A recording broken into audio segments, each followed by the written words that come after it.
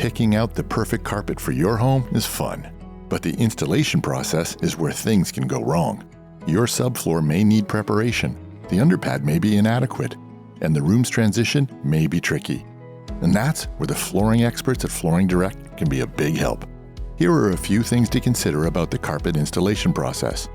If you're planning to have every room in the house carpeted, you might not need any transitions from room to room. However, anywhere you go from a carpeted room to a non-carpeted room is going to require a transition. If you're thinking about carpeting your stairs, there are important regulations you should know. You wouldn't believe how many people fall and suffer serious injuries when the step is taller or shorter than they expect. Okay, let's talk about something more fun. And there's nothing more fun than watching a dog or a cat playing on the carpet. But pets being pets, you might want a stain-resistant carpet that includes a barrier to prevent accidents from soaking through to the floor underneath. Bottom line, when you choose your carpet, double-check the store's reputation for installation. Or better yet, just call Flooring Direct.